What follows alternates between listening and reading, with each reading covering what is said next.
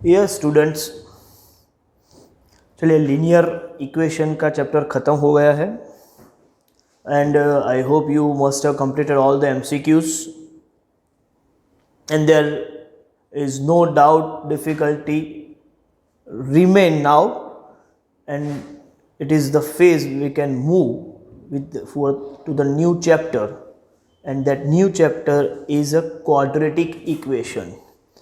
देखो, हमने linear equation पढ़ते वक्त ही कुछ चीज़ें क्लैरिफाई कर ली थी कि इक्वेशन के अलग अलग फॉर्म्स जो है उसमें लीनियर किसको बोलते हैं, क्वाड्रेटिक किसको बोलते हैं, क्यूबिक किसको बोलते हैं, equation with one variable, equation with two variable, ये सभी फॉर्म्स का पूरा डिस्कशन उसी वक्त हमने कर लिया था।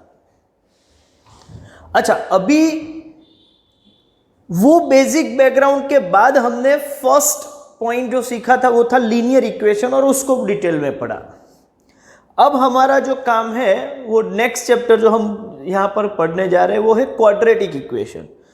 तो वैसे क्वाड्रेटिक इक्वेशन क्या है उसका बैकग्राउंड तो हमारे पास है, लेकिन उसको मैं फिर से थोड़ा बहुत यहाँ आपको क्लैरिटी के साथ एक्सप्लेन करने जा रहा हूँ। पहले तो देखते हैं व्हाट इज क्वाड्रेटिक इक्वेशन। तो जो इक्वेशन में वेरिएबल का हाईएस्ट पावर 2 होगा वो क्वाड्रेटिक इक्वेशन है, ये हमारा बेसिक नॉलेज है। And quadratic equation with one variable का जो फॉर्म है वो क्या होगा, तो क्वाड्रेटिक इक्वेशन का फॉर्म होगा ax² + bx + c = 0, ये फॉर्म होगा। उसमें कंपल्सरीली a का मतलब है x² का coefficient should not be equal to 0। Suppose ये कोएफिशिएंट 0 हो जाएगा तो ये पूरा फर्स्ट टर्म जो है वो 0 हो जाएगा और उस वक्त इक्वेशन बनेगा bx + c और वो क्वाड्रेटिक नहीं रहेगा, वो लीनियर बन जाएगा। मतलब जो x² मतलब जो हाईएस्ट पावर 2 है उसके साथ जो कोएफिशिएंट है वो नॉन जीरो होना चाहिए, ये पहले ध्यान से समझ लो, तभी वो इक्वेशन क्वाड्रेटिक इक्वेशन माना जाएगा।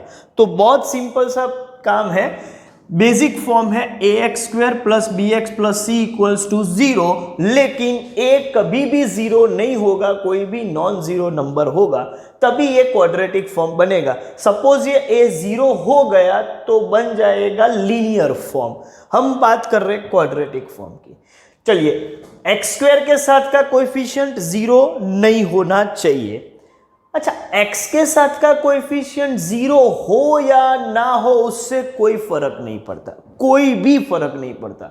मतलब ये वेरिएबल x का पावर 1 है, उसके साथ का कोएफिशिएंट मतलब b, हमारे लिए b है, तो b का वैल्यू 0 है या नहीं है उससे इक्वेशन क्वाड्रेटिक से लीनियर बन जाएगा ऐसा नहीं है, इक्वेशन क्वाड्रेटिक ही रहेगा। हाँ, लेकिन b 0 है तो उसको प्योर क्वाड्रेटिक बोलेंगे और b 0 नहीं है तो उसको अफेक्टेड क्वाड्रेटिक बोलेंगे। तो क्वाड्रेटिक इक्वेशन का बैकग्राउंड बिल्कुल क्लियर हो गया। क्वाड्रेटिक इक्वेशन का जो फॉर्म है वो है ax² + bx + c = 0, जिसमें x² का coefficient a compulsorily non zero होना चाहिए, x का कोएफिशिएंट भी 0 भी हो सकता है, नॉन जीरो भी हो सकता है। If b = 0 then the equation is a pure quadratic equation. If b is not equal to 0 then equation is affected quadratic equation। और क्वाड्रेटिक इक्वेशन को हम इक्वेशन ऑफ सेकेंड डिग्री भी बोल सकते हैं। क्यों सेकेंड डिग्री बोलते हैं? क्योंकि ये पावर जो है वो 2 है। फर्स्ट डिग्री में 1 पावर होगा, सेकेंड डिग्री में 2 पावर होते हैं, तो हाईएस्ट पावर 2 है, उसकी वजह से उसका नाम है equation of the second degree. ये हुआ फॉर्म, इसको बोलते हैं। हमको 2 चीज समझनी है क्वाड्रेटिक, उसका फॉर्म कैसा होगा तो ये रहा, और उसका सॉल्यूशन कैसे निकालेंगे। अच्छा, solution of quadratic equation means what? Finding roots. Finding roots means ये इक्वेशन x की कौन सी वैल्यू पे, वेरिएबल की कौन सी वैल्यू पे सेटिस्फाई होता है। जैसे कि मैं एक इक्वेशन लिख रहा हूं, सपोज हमारा इक्वेशन है ये फॉर्म में, क्वाड्रेटिक इक्वेशन के फॉर्म में, एक्स स्क्वेयर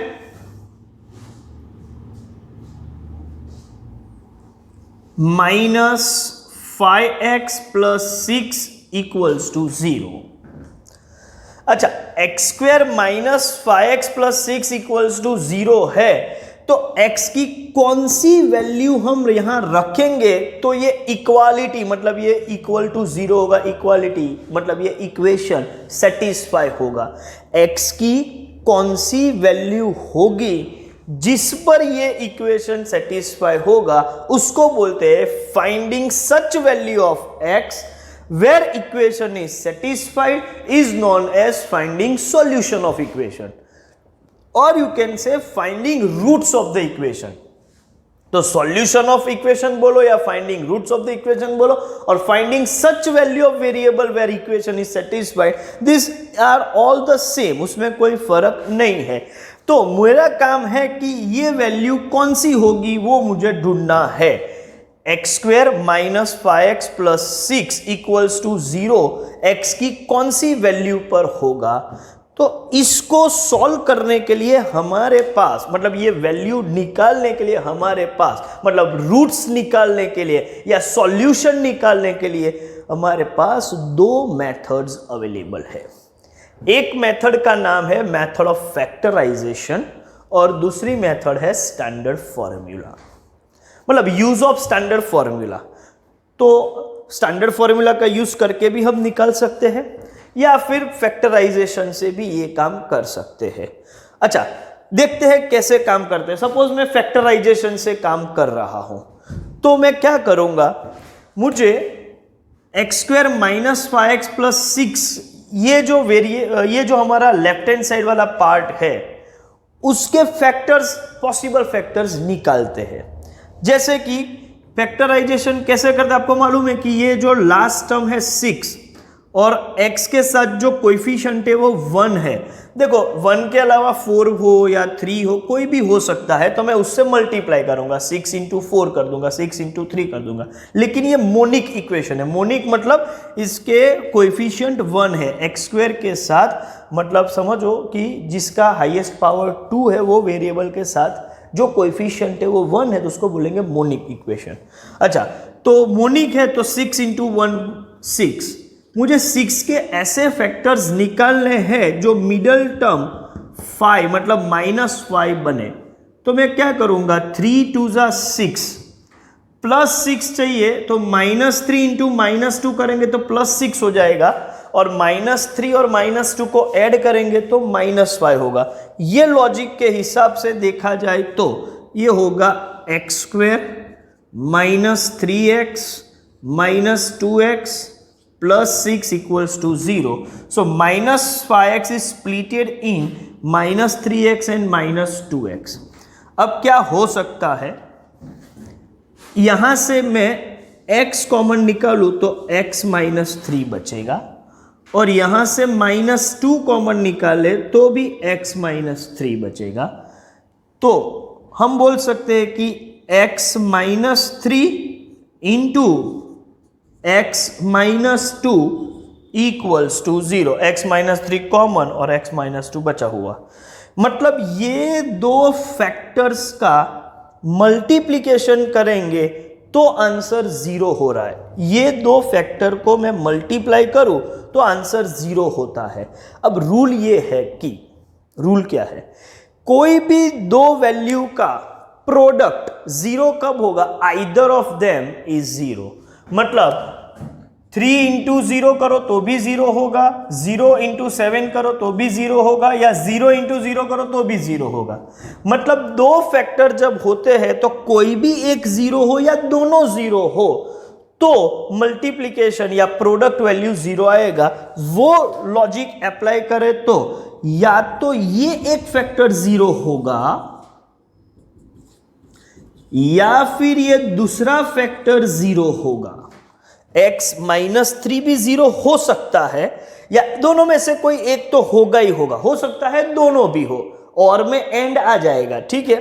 तो x माइनस 3 0 होगा तो x का वैल्यू होना चाहिए 3, क्योंकि मैं 3 को ऑपोजिट -3 को ऑपोजिट साइड ले जाऊं, या तो x -2 0 होगा तो x का वैल्यू 2 होगा। तो ये इक्वेशन x की वैल्यू 3 या 2 पर सेटिस्फाई होगा, तो 3 and 2 are the roots of the equation. Roots of the equation का मतलब है कि x की वैल्यू 3 हो या x की वैल्यू 2 हो, ये रूट हम ये इक्वेशन में डालेंगे तो इक्वेशन सेटिस्फाई होगा। This is the solution of equation by method of factorisation. तो आपके पास कोई भी क्वाड्रेटिक इक्वेशन हो तो वो क्वाड्रेटिक इक्वेशन का आप फैक्टराइज करो और जो फैक्टर्स मिलेंगे उस मेथड से आप उसके रूट्स निकाल सकते हो।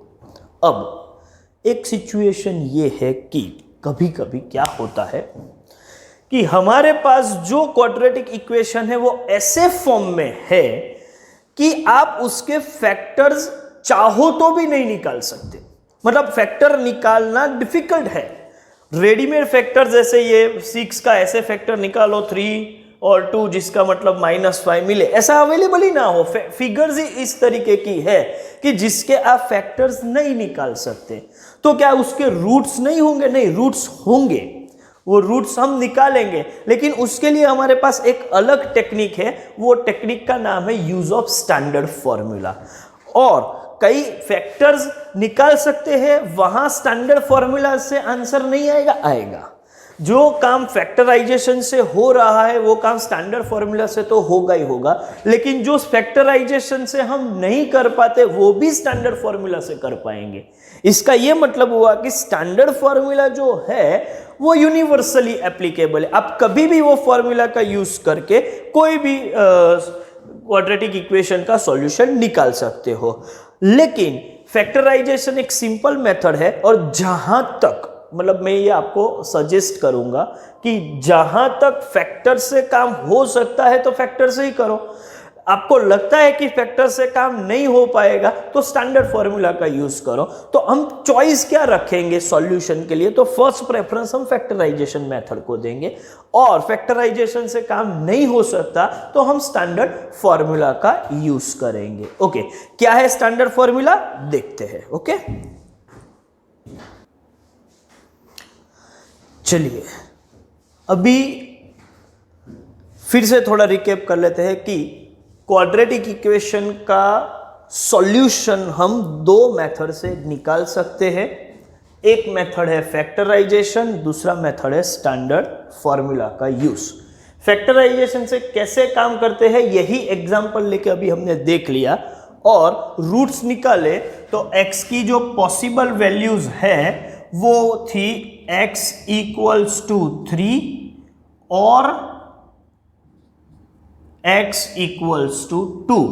ये x इक्वल्स टू 3 और x इक्वल्स टू 2 से हमारा काम हो रहा था, और फैक्टराइजेशन मेथड का यूज करके हमने ये निकाल दिया था। अच्छा, सपोज हमें स्टैंडर्ड फॉर्मूला का यूज करना है, तो स्टैंडर्ड फॉर्मूला के लिए भी आपको एक काम करना पड़ेगा। डिस्क्रिमिनेंट, ऐसा एक डेल्टा जैसा इसका मार्क है, डिस्क्रिमिनेंट बोलते हैं। डिस्क्रिमिनेंट निकालना पड़ेगा, और डिस्क्रिमिनेंट है b² माइनस 4ac। और आपको दो पॉसिबल वैल्यू मिल रही है, तो एक वैल्यू को आप अल्फा बोलो और एक वैल्यू को बीटा बोलो। तो इसका जो फॉर्मूला है डिस्क्रिमिनेंट का यूज करके, तो क्या फॉर्मूला है वो मैं आपको बता दूं। एक है -b plus under root of discriminant upon 2a। तो दूसरा आंसर है, मतलब x का ये एक आंसर अल्फा, और x की जो दूसरी वैल्यू है उसको मैं बोलूंगा बीटा। तो वो होगा -b minus discriminant under root of discriminant upon 2a। ये दो पॉसिबल रिजल्ट है। सर ये -b क्या है, डिस्क्रिमिनेंट a c ये सब क्या है? देखो, आपका स्टैंडर्ड फॉर्म क्या था इक्वेशन का, ax² plus bx plus c equals to 0। तो ये इक्वेशन को इसके साथ कंपेयर करें तो ए का मतलब होगा 1, बी का मतलब होगा -5 और सी का मतलब होगा 6। एक बार ये ए बी सी का वैल्यू मिल गया तो अब डिस्क्रिमिनेंट भी निकाल सकते हो, और डिस्क्रिमिनेंट निकालने के बाद एक ऑप्शन होगा अल्फा, दूसरा ऑप्शन होगा बीटा। तो इससे सॉल्व करोगे तो एक बार 3 मिलेगा और एक बार 2 मिलेगा। वेरीफाई करेंगे, इसी लेक्चर में हम वेरीफाई करने वाले हैं। और कई लोग तो यही बोलते हैं कि अल्फा बीटा लिखने के बजाय सिर्फ आप इतना लिख दो x इज इक्वल टू, देखो दोनों सेम ही है, सिर्फ साइन का फर्क है, -b प्लस और minus discriminant under root of discriminant upon 2a, या फिर आप ऐसा भी बोल सकते हो -b प्लस और minus under the square root of b square minus 4ac, because discriminant is b square minus 4ac and upon 2a। तो आप x की ये भी वैल्यू बोल सकते हो कि x is equal to -b plus और minus b square minus 4ac upon 2a।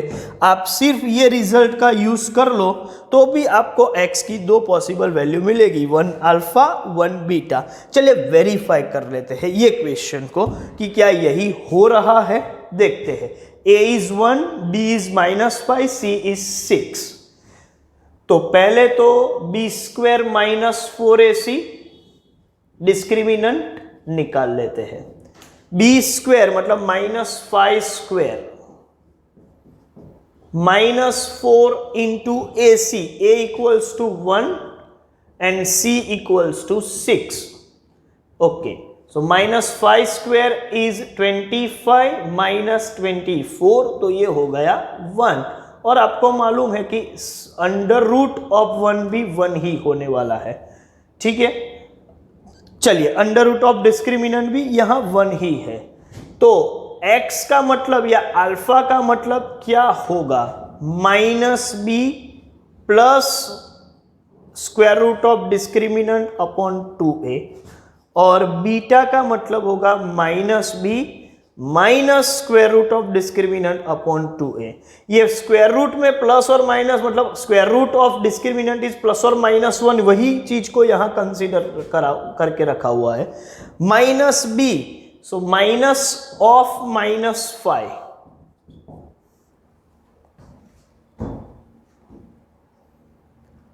Plus 1 upon 2 into 1, minus minus plus 5 plus 1 6/2, ये हुआ 3, minus of -5 -1 upon 2 into 1, minus minus plus 5 minus 1 4/2, ये होगा 2। तो दोनों वैल्यू हमने वेरीफाई कर ली, x का एक वैल्यू 3 एक वैल्यू 2 है, तो ये दो रूट्स मिल गए। तो स्टैंडर्ड फॉर्मूला से भी ये काम कर सकते। कैसे किया ये मैंने आपको बताया, लेकिन कंफ्यूजन ये है कि सर ये स्टैंडर्ड फॉर्मूला कैसे निकल गए, ऐसे ही आ गया स्टैंडर्ड फॉर्मूला? नहीं, स्टैंडर्ड फॉर्मूला का काम क्या है, मैथमेटिक्स में कोई भी फॉर्मूला क्यों डिजाइन होती है, आप एक टीडियस प्रोसीजर जो आप फॉलो करते हो वो फॉलो ना करना पड़े और सीधा फॉर्मूला से वो आंसर आ जाए, उस तरीके से एक स्ट्रक्चर सॉल्यूशन डिजाइन करने का ट्राई है, उसको हम बोलते हैं फॉर्मूला। तो मैं आपको बता दूं कि कैसे ये फॉर्मूला स्ट्रक्चराइज हुई है और क्यों ये आंसर इसी पैटर्न से आता है, -b प्लस और minus under root of b square minus 4ac upon 2a, उसको हम ध्यान से देखते हैं। चलिए देख रहे हैं, ओके। चलिए समझो, पहले हम ये स्टैंडर्ड एग्जांपल जो हम एक ही एग्जांपल से मैं इसीलिए बार बार एक्सप्लेन कर रहा हूं क्योंकि हमारे थॉट प्रोसेस में चेंज ना हो, एक ही पे एक ही क्वेश्चन को हम अलग अलग तरीके से देख रहे हैं, इसकी वजह से मैं क्वेश्चन चेंज नहीं कर रहा हूं। यही क्वेश्चन है, मान के चलते x² minus 5x plus 6 equals to 0। अब इसको सॉल्व करने के मैंने आपको दो तरीके बताए, एक तो फैक्टराइजेशन, दूसरा यूज ऑफ स्टैंडर्ड मेथड या स्टैंडर्ड फॉर्मूला। एक्चुअली ये जो स्टैंडर्ड फॉर्मूला है उसके बीच में भी एक तीसरा मेथड है, लेकिन जो मेथड है उसका नाम है कंप्लीटिंग द स्क्वायर। मेथड का नाम है कंप्लीटिंग द स्क्वायर। लेकिन जो फॉर्मूला स्ट्रक्चराइज हुई है वो यही मेथड से हुई है, तो मैं इसको अलग मेथड नहीं बोलता, यूज ऑफ स्टैंडर्ड फॉर्मूला ही बोल देता हूं। लेकिन ये कंप्लीटिंग द स्क्वायर है क्या? देखो, आपको मालूम है कि एक स्टैंडर्ड आइडेंटिटी है a plus B the whole square is a square plus 2ab plus B square. और दूसरी एक आइडेंटिटी लेते हैं a minus B the whole square. थोड़ा मैं चेंज कर रहा हूं पर्पसफुली।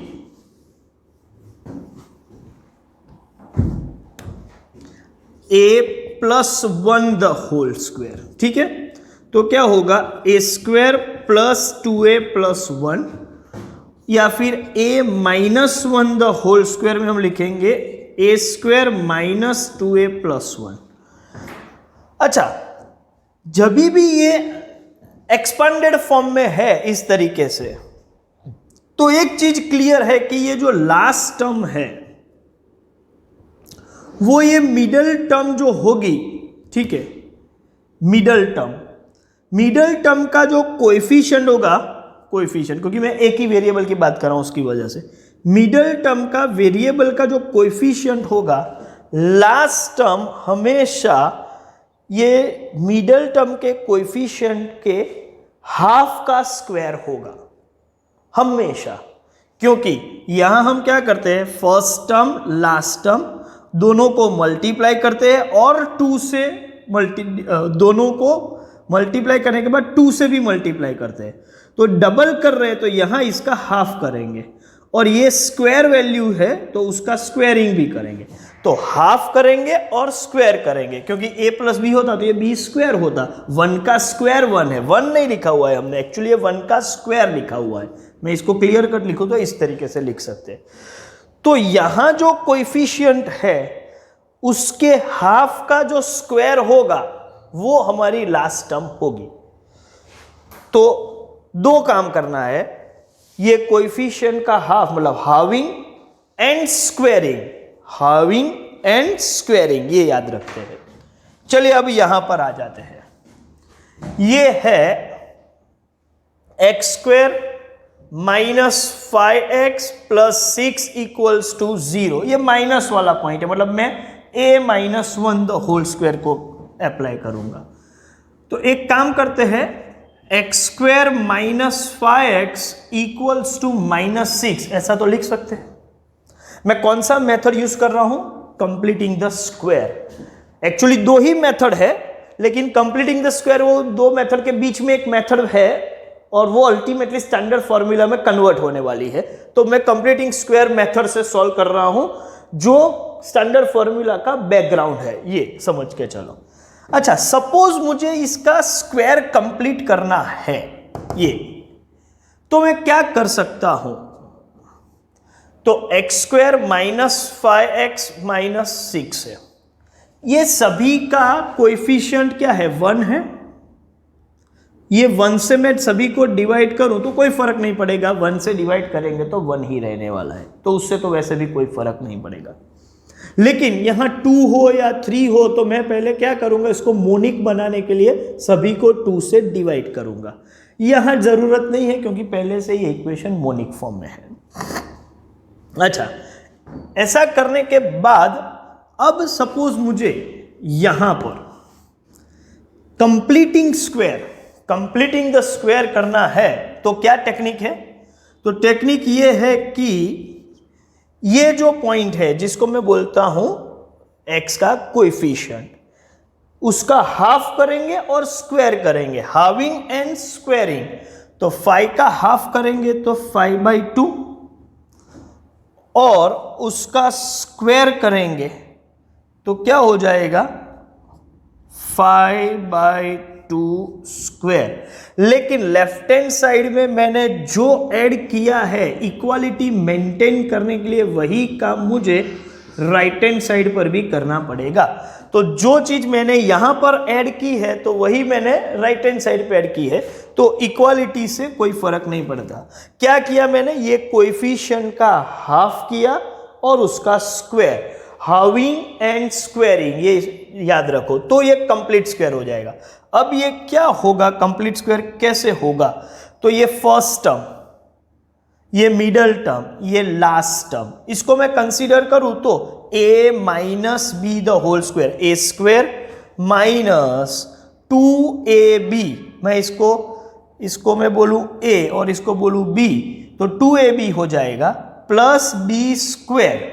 इसके हिसाब से आपका आंसर होगा x minus 5/2 the whole square and that is equal to -6 plus, चलो मैं इसको सॉल्व करूं तो 25/4।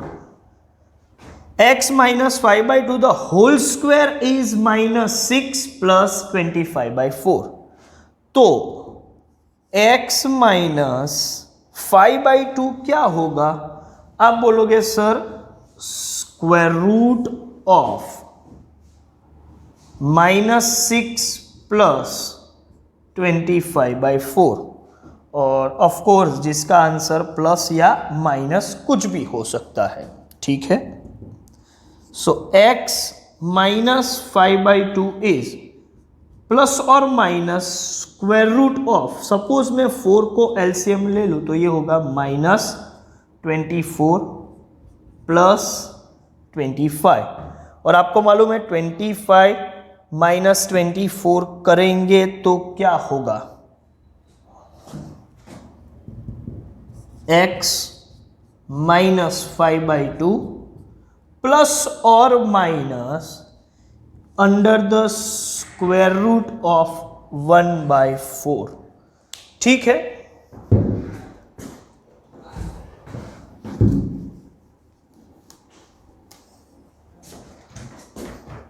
इसको आगे ले जाते हैं, so it becomes x minus 5/2 equals to, अच्छा 1/4 का स्क्वायर रूट करेंगे तो 1/2 आएगा, so answer is under root plus और माइनस 1/2। अच्छा इसको मैं ऑपोजिट साइड ले जाता हूं, x is equal to minus का प्लस हो जाएगा 5/2 प्लस और माइनस 1/2। देखते हैं, एलसीएम 2 ले ले तो x का वैल्यू 5 प्लस और माइनस 1/2, तो दो ऑप्शन बन गए, एक होगा 5 प्लस 1/2 और दूसरा होगा 5 minus 1/2, and you can see 6/2 ये होने वाला है 3 और ये होने वाला है 2। तो दो पॉसिबल आंसर जो हमको पहले से मालूम थे, ये हमने कौन सी मेथड से सॉल्व किया, कंप्लीटिंग द स्क्वायर। ऐसे भी मैं सॉल्व कर सकता हूं, लेकिन ये मेथड का हम कभी यूज नहीं करने वाले, क्योंकि ये कंप्लीटिंग स्क्वायर वाला मेथड ही अल्टीमेटली स्टैंडर्ड फॉर्मूला में कन्वर्ट हो रहा है।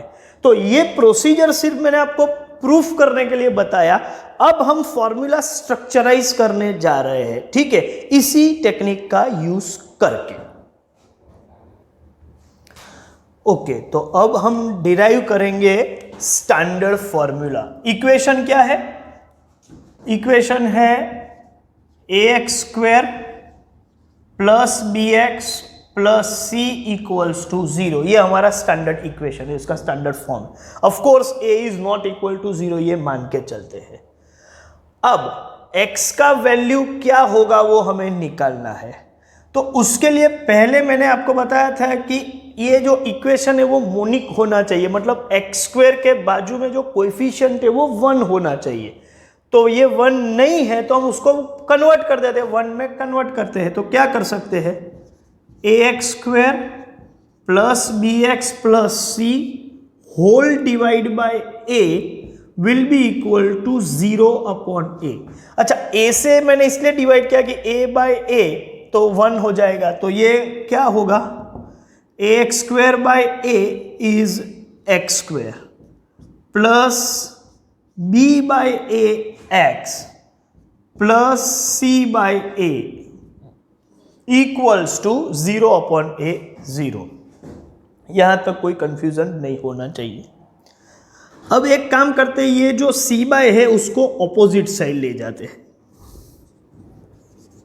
x² plus B upon A x equals to minus of C upon A. अब मुझे कंप्लीटिंग द स्क्वायर वाला रूल अप्लाई करना है, जिसमें क्या करते हैं, इसको मैं मिडल टर्म समझूं तो क्या करेंगे, हाविंग एंड स्क्वेयरिंग। तो b बाई ए कोएफिशिएंट है, b बाई ए को मैं हाफ करूं मतलब डिवाइड बाई 2 करूं तो ये हो जाएगा b बाई 2a, और उसके बाद स्क्वेयरिंग करेंगे तो b बाई 2a का स्क्वायर, तो वो काम मैं यहां पर कर रहा हूं, x square plus b by a x plus b by 2a the whole square, halving and squaring. लेकिन ये मैंने यहां पर लिखा हुआ है तो इक्वालिटी की दूसरी तरफ भी वही लिखना पड़ेगा।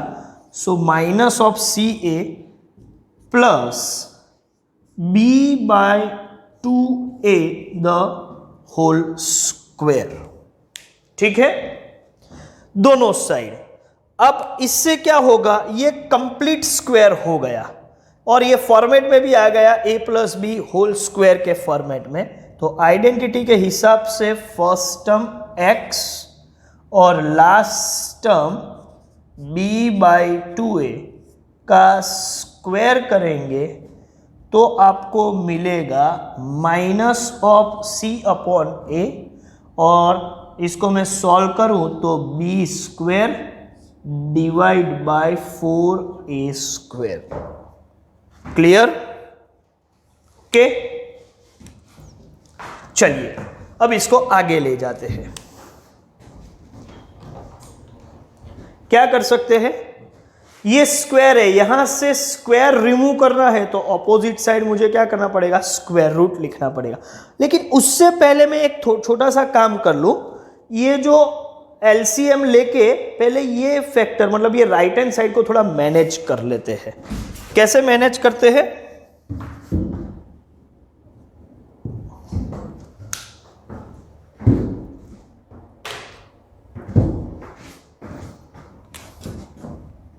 x plus b by 2a equals to, LCM लेते हैं 4a स्क्वायर। तो यहां a तो है, मुझे 4a स्क्वायर चाहिए तो मुझे 4a से मल्टीप्लाई करना पड़ेगा। तो 4a इंटू सी करेंगे तो माइनस ऑफ 4ac हो जाएगा, प्लस b स्क्वायर रहेगा। तो minus 4ac plus b square upon 4a square. और इसको मैं थोड़ा प्रॉपरली लिख लूं तो क्या लिख सकते हैं, b square minus 4ac upon 4a square is equal to what, x plus b upon 2a the whole square. चलिए अब इसको हम काम एडजस्टमेंट करते हैं कि यहां से स्क्वायर रिमूव करना है। स्क्वायर रिमूव करना है तो क्या करेंगे, x plus b upon 2a is equal to opposite side square root रख देंगे, और ये है b square minus 4ac upon 4a square. Okay, numerator denominator पूरा स्क्वायर रूट में, तो मैं स्क्वायर रूट को स्प्लिट कर दूं तो क्या होगा, square root of b square minus 4ac, और 4a स्क्वायर के लिए मैं लिखूंगा 2a। लेकिन ये रिजल्ट जो है वो प्लस भी हो सकता है माइनस भी हो सकता है, स्क्वायर रूट करेंगे तो।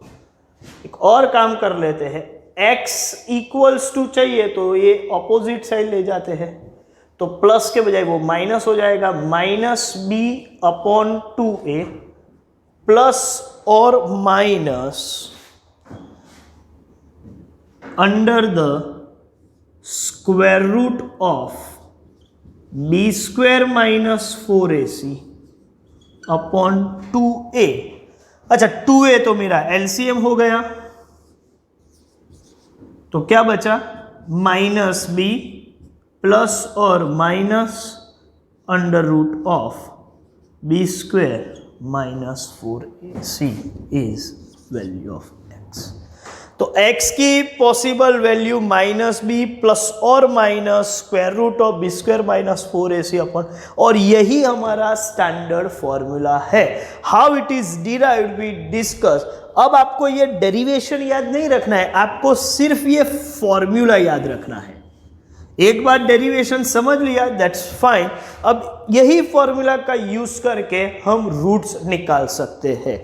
तो इक्वेशन, क्वाड्रेटिक इक्वेशन के रूट्स निकालने की हम क्या मानते हैं, दो मेथड्स अवेलेबल है, एक फैक्टराइजेशन और एक use of standard result. Factorization में कैसे काम करते हैं, एग्जांपल लेके देखा, यूज ऑफ स्टैंडर्ड रिजल्ट का भी एग्जांपल, लेकिन स्टैंडर्ड रिजल्ट कैसे, ये स्टैंडर्ड फॉर्मूला कैसे डिराइव हुई, तो वो डिराइव हुई एक मेथड है जिसका नाम है कंप्लीटिंग द स्क्वायर, और हमने कंप्लीटिंग द स्क्वायर मेथड का यूज करके ये फॉर्मूला स्ट्रक्चराइज की है। हर क्वेश्चन भी कंप्लीटिंग द स्क्वायर मेथड से सॉल्व कर सकते हैं, लेकिन कंप्लीटिंग द स्क्वायर मेथड का ही एक्सटेंशन करो तो एक फॉर्मूला ही बन जाती है। तो हम यही फॉर्मूला वाली मेथड को ही, हम स्टैंडर्ड फॉर्मूला वाली मेथड को ही मान के चलेंगे। तो दो मेथड में से कोई भी मेथड से आप काम कर सकते हो। सर प्रेफरेंस क्या होगा, प्रेफरेंस होगा हम पहले फैक्टराइजेशन से काम करेंगे, लेकिन फैक्टर्स नहीं मिल रहे हैं तो हम ये मेथड से काम करेंगे। ओके।